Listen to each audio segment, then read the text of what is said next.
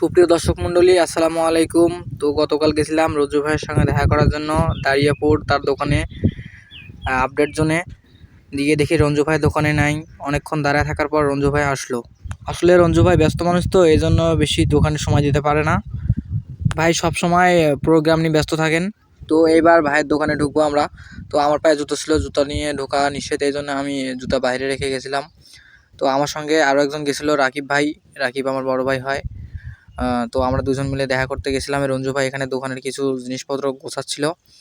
তো রঞ্জু ভাইয়ের সঙ্গে কথা বলে অনেকটা ভালো লাগলো। রঞ্জু ভাই একদমই একজন সাধারণ মানুষ, অন্যদের থেকে একদমই আলাদা। রঞ্জু ভাইয়ের সঙ্গে ফ্রি মাইন্ডে কথা বলতে পারছি। তারপর ভাইয়ের সাথে ছবি উঠালাম। প্রোগ্রাম নাই, তো সেই কারণে দোকানে আসি। তো এই যে শিপন আসছে, তো শিপনের এলাকার মনে হয় এরা শিপন আসছে আলাদা ভাবে, এরা আছে আলাদা ভাবে, বুঝছেন? তো ভাইয়েরা হচ্ছে সকালবেলা ফোন দিছিল, তো বললাম চলে আসেন। তো ভাইয়েরা আসছে, আপনারাও চলে আসবেন। তো আপনারা সবাই ভাইয়ের দোকানে যাবেন দেখা করার জন্য। ভাইয়ের দোকানে অনেক সুন্দর সুন্দর কালেকশন আছে, জুতো আছে, প্যান্ট শার্ট সবই পাওয়া যায়। আসসালামু আলাইকুম।